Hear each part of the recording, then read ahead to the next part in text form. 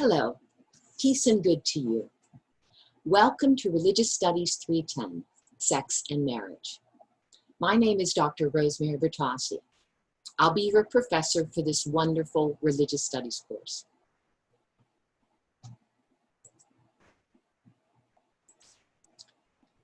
Here is a prayer that reminds each of us about the true elements of love: patience, kindness, refusing to be envious, boastful, arrogant, or rude, making sure we don't insist on our own way or give in to irritability, resentfulness, or wrongdoing.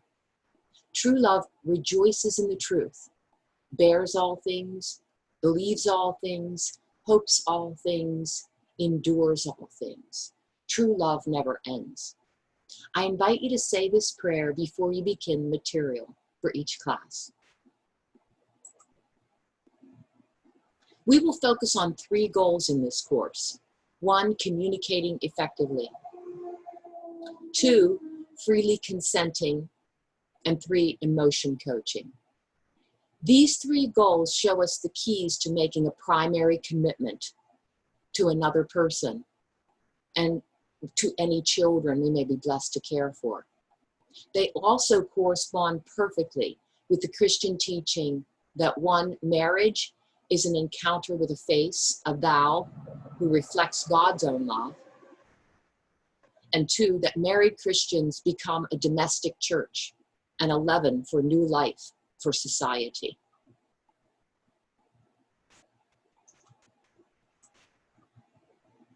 We will use texts in this class that correspond to our 3 goals of communicating effectively, freely consenting, and emotion coaching.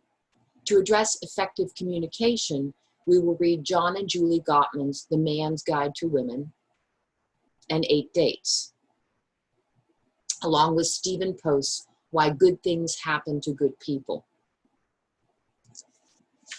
To address freely consenting, we will read Amoris Laetitia, or The Joy of Families by Pope Francis. To address emotion coaching, we will read Faber and Maslich's How to Talk So Kids Will Listen, and Listen So Kids Will Talk. We will also use articles and websites found in Canvas. Everything you will need for this course can be found in Canvas, except for the texts. I'll send you announcements, put up discussion boards, other materials and assignments for you to complete. You will also be able to see your current grade on the site. So please take a little time to familiarize yourself with Canvas.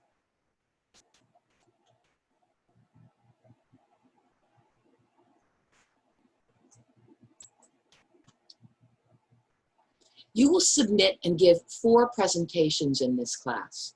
So please be sure to order the text listed on this slide: The Man's Guide to Women, 8 Dates, How to Talk So Kids Will Listen and Listen So Kids Will Talk, and Why Good Things Happen to Good People.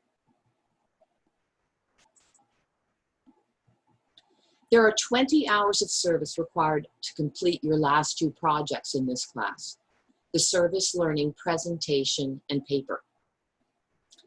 These will require that you do 3 things. First, reflect on your relationship in a journal throughout the semester. Second, develop research related to the person with whom you're working. And third, reflect on your values. Most people think of service as something you do with people you don't know.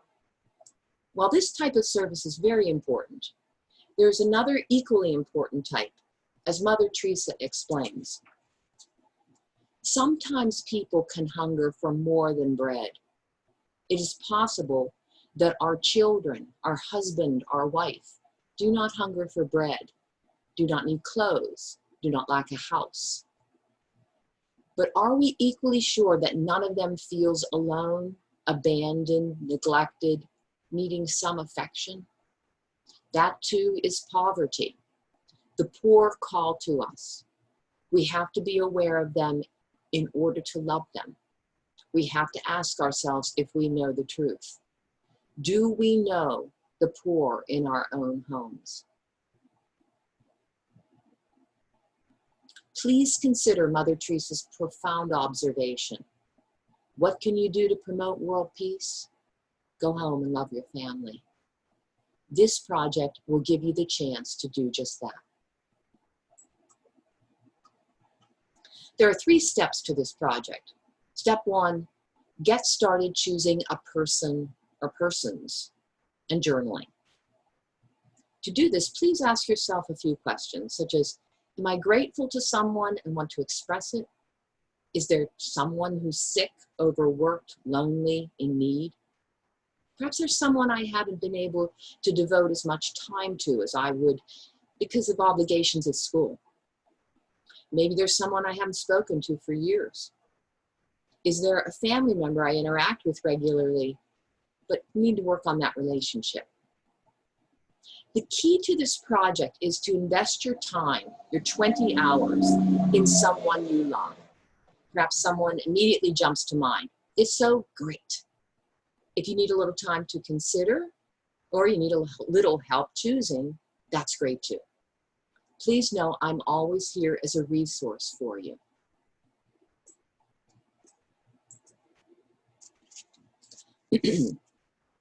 Step 2 is to select a research project. Again, please ask yourself a few questions, such as, what might I learn to help me serve the person I've chosen? Does the person I've chosen suffer from any illness that I wish I knew more about? How much do things like elder care or child care cost? At what age may one expect certain behaviors, such as respecting others' things or acting responsibly? This one applies to children. Are there any benefits associated with a positive relationship, such as the one I'm engaging in? Is there something I fear that keeps me from contacting this person? What more can I learn about it? Step 3 is to enact your values. Please read Stephen Post's Why Good Things Happen to Good People. I invite you to take courage on this one. Use the insights from the text to pour out your love on the person you've chosen. Slides 12 through 23, let's see, I'll just click through a few here, offer the Franciscan goals of higher education and some additional things for you to consider. St. Francis of Assisi wrote and repeated this prayer. Most high, glorious God, illumine the darkness of my heart. Give me a right faith, a certain hope, a perfect charity, and grant me insight and wisdom so that I may observe your holy and true command. We trust that learning about the 3 goals of communicating effectively, freely consenting, and emotion coaching may help you to make the type of primary commitment that Francis invites of married Christians as we observe God's holy and true command.